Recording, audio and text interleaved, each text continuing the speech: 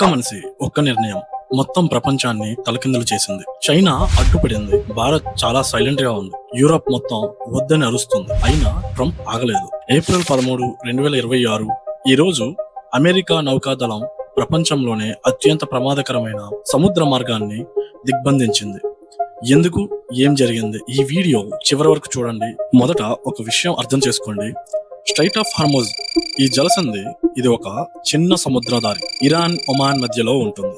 కానీ ఈ చిన్న దారి గుండా ప్రపంచం వాడే మొత్తం చమురులో 5వ వంతు వెళ్తుంది. ఇరాన్ ఏం చేసిందంటే ఈ దారిని మూసేసింది. ప్రతి నౌక మీద 10 నుండి 20 కోట్ల రూపాయలు టోల్ వేస్తుంది.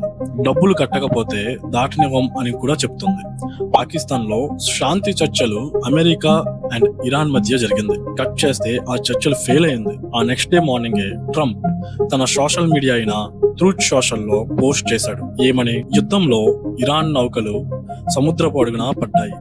మిగిలినవి కూడా మా దగ్గరికి వస్తే వాటిని కూడా ధ్వంసం చేస్తాము అని పోస్ట్ చేశాడు. ఈ సో కాల్డ్ పెద్ద మనిషి ఈ యుద్ధం ఇజ్రాయెల్ కి అప్పగించేస్తుంటే ఈ పాటికి తాడో పేదో తెలిపేది. ఈ సో కాల్డ్ పెద్ద మనిషి మిస్టర్ ట్రంప్ మధ్యలో దూరి ఇంత పెంట పెడతాడు అని అనుకోలేదు కూడా. అరే ఇదిగో హార్మోజ్, ఈ రోజు ఓపెన్ చేసేస్తాను, రేపే ఓపెన్ చేసేస్తాను, రేపు హార్మోజ్ అనేది ఓపెన్ అయిపోద్ది, ఎట్టి పరిస్థితుల్లో ఓపెన్ అయిపోద్ది అని మాటలు చెప్తూ వచ్చాడే తప్ప ఇంతవరకు తెరవలేకపోయాడు. అందుకే నేను ఇంత ఫ్రస్ట్రేట్ అవుతున్నాను. అదేదో ఇజ్రాయెల్ కే ఇచ్చేస్తుంటే ఏదో ఒకటి జరిగిపోయేది కదా. ట్రంప్ ఏమనుకున్నాడంటే ఇరాన్ మీద చర్యలు తీసుకుంటే అన్ని దేశాలు అమెరికా చెప్పినట్లే వింటుందని అనుకున్నాడు. కట్ చేస్తే యూరోప్ దేశాలు డైరెక్ట్ గా చెప్తుంది మేము సపోర్ట్ చేయము అని. చైనా విషయానికి వస్తే ఈ దేశం దేకను కూడా దేకదండి, ఏదో ఒకటి రెస్పాండ్ అవ్వాలని UN లో వేటో వేసింది. కమింగ్ టు అవర్ కంట్రీ మనం ఏ సైడ్ స్టాండ్ తీసుకోలేదు. సీక్రెట్ గా ఇరాన్ తో నెగోషియేట్ చేసి షిప్స్ కి సేఫ్ పాసెస్ తీసుకుంటున్నాం. ఇప్పుడు ప్రపంచం మొత్తం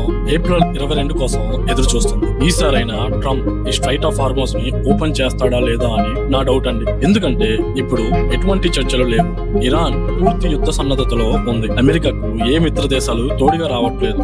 పైగా ట్రంప్ ని కూడా అమెరికాలో లోపల కూడా విమర్శిస్తున్నారు. Wait for April 22. ఇలాంటి మరిన్ని అప్డేట్స్ కోసం ఛానల్ ని సబ్స్క్రైబ్ చేసుకోండి. అలానే మీ ఫ్రెండ్స్ కి కూడా షేర్ చేయండి.